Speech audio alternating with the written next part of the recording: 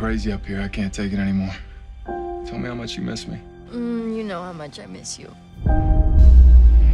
I can't believe it's been 20 years. Still gonna take your father to the anniversary. We wouldn't be here if it wasn't for him. Hi, welcome to What the Flick. My name is Christy. That is Dave. That is Bibbs. It's almost the 4th of July, so we're playing catch up with Independence Day: Resurgence. The aliens are back and they want more of the same thing as before, kinda. Please describe it to us. Okay, the aliens are back and they want more of the same thing, kinda. Let's take a look.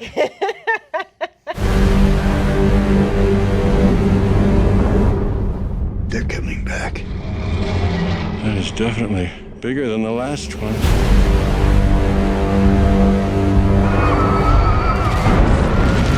It has its own gravity. What goes up must come down. Shouldn't we be nervous? Yeah. Our whole lives built up to this moment. It's touchdown over the Atlantic. Which part? All of it. Make them pay. Not going up there to make friends. We've got to remind them Earth is not for the taking. All fighters, evade, evade! You are screwing with the wrong species. I had years to get us ready. We're going down! We never had a chance.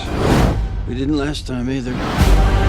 We convinced an entire generation that this is a battle that we could win. We sacrifice for each other, no matter what the cost. And that's worth fighting for. It's the 4th of July, so let's show them some fireworks. Hold on!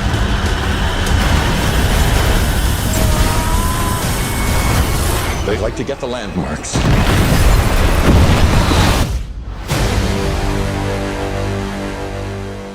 In the first film, they said the aliens came by to suck out our natural resources. In this one, we find out literally they're trying to crack open the Earth and get at our molten core because it's so delicious.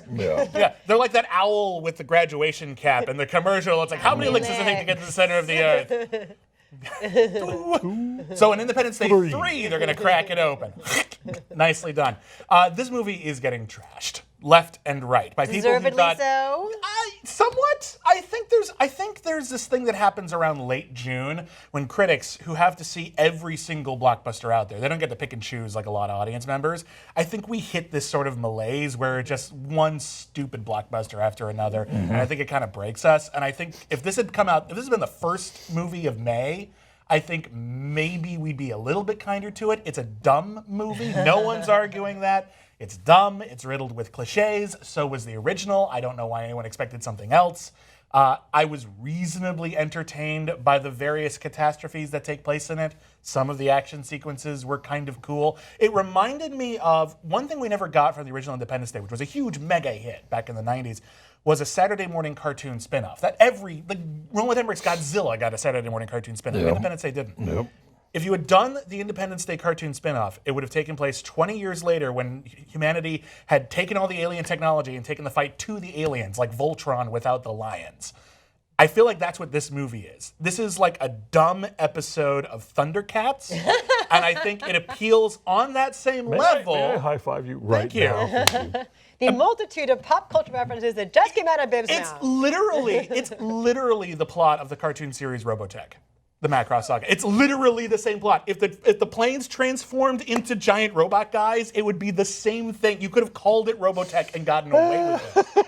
It's weird. The thing with Independence Day is that it was self-aware. Like, not so far as it going into like parody. Like, it wasn't a spoof like an airplane movie. Right. But it knew what kind of big dumb disaster movie it was, and it had fun with that. This is just straight up serious. I think this means it this time. Yeah. And that makes it way less fun. That's kind of the flaw in nostalgia, is that the idea that because we still know what Independence Day is, it's because we took it seriously. And no, that's not the case. We're not coming back to Independence Day because we love the characters so much. Character development is paramount in the Independence Day movies. Come on. Apparently. But no, it's not just like, oh God, I wonder whatever happened to Bill Pullman's character. Who cares? No one cares. He wasn't that interesting to begin with. He was reasonably well conveyed. Like, that's about as far as I'd go for any character in the original Independence Day. You got what they were about. They did their thing. Some of them died. Some of them lived on. A lot of them are doing cameos in this movie. Will Smith is not. Well, there's a portrait. Will Smith got out. There's a portrait of Will Smith They in linger the on White it for a House second, that they yes. show you for a moment. And his wife, Vivica Fox, she's back briefly. Spoiler. We also get Charlotte Gainsbourg. And so in my head, I was making an entirely different movie out of this, thinking, okay, so when Vivica Fox and Charlotte Gainsbourg get on the spaceship and go fight the aliens, this is going to get amazing. Did not.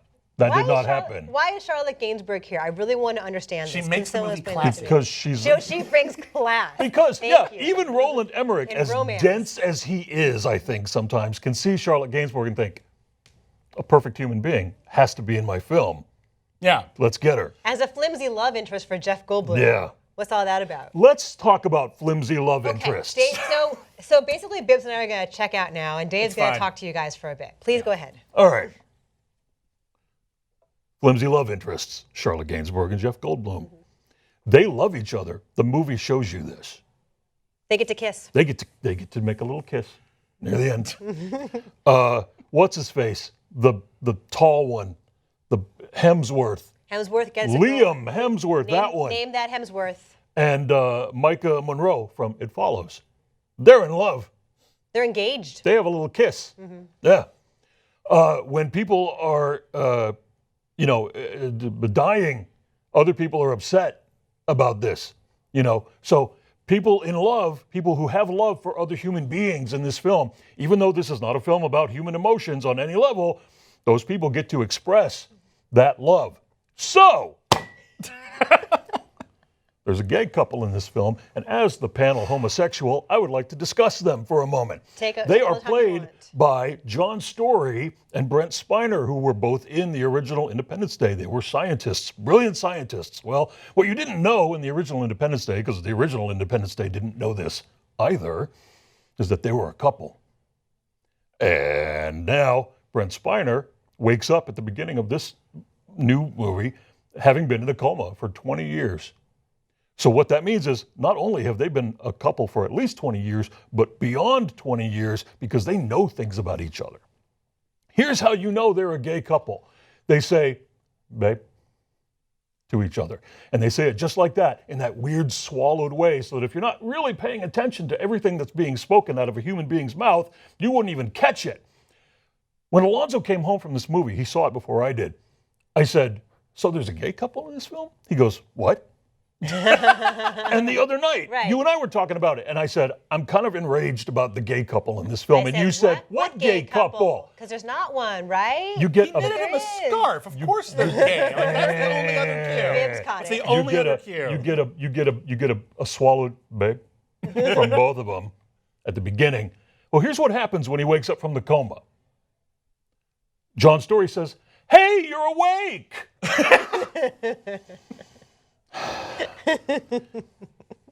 If the man I love, Alonzo Duralde, who is not here but in the Czech Republic right now, if he was in a 20-year coma and he woke up from the 20-year coma, I might say something else other than, hey, you're awake. Then, and here I'm going to spoil something at the ending. So if you don't want to hear a spoiler, if you have yet to see this shit show of a movie, Spoiler alert. Yeah. if you have yet to see this shit show of a movie and you don't want it spoiled, then turn off your YouTube right now because I'm fixing to spoil it for you. John Story dies. They get him at the end of the movie. And here's what happens when he dies. Brent Spiner leans over him and says, oh no, who's going to water the orchids? And John, and because they're gay. And John Story says, oh no, who's going to help you, forgetful professor scientist man, to put on some pants? Because I help you with things. And then one of them, I can't remember now who, points out to the other one, they're wearing a scarf, and he says, oh, and I meant to knit you a sweater, but I just finished at a scarf.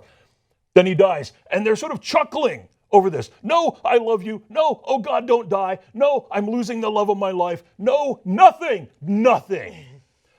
Fuck this movie and fuck Roland Emmerich. Okay. I didn't expect better from the director of Stonewall. I think that's my only defense for that. Okay, so He's lowered my expectations so much. I that I have didn't nothing to even add bat an to eye. this. Dave summed it up beautifully. What are your numbers? Go, Bibbs. Two. Two, One two. for Vivica Fox, one for Charlotte Gainsbourg. All right, Bibbs. I asked what the lowest number I could give. That still was kind of a recommendation because I wasn't not amused. Granted, that's horrible. What are you gonna do? I would. What are you gonna do? I sound like a monster. done. It's done. I said I gave it a 7. What are you gonna do? It's somewhat adequate if you accept that it's Roland Emmerich and he has lowered our expectations so much. This is almost adequate. I'm saying 3. There's exactly one cool action sequence in the entire movie, and that is when the queen bee alien goes galumping across the salt Oh, plain. that was actually good. That was Right? actually- I No told you, extra there was a points couple. for that. But that's the only part I enjoyed. If the when queen bee was played by Charlotte Gainsbourg, would that count? Maybe. the big reveal of the queen bee galumping across the salt flats. That did it for me. So I give it a 3. So our average is a 4, and it is someplace very low on the tomato meter. Fuck this movie. Deservedly so. Yeah. Bye.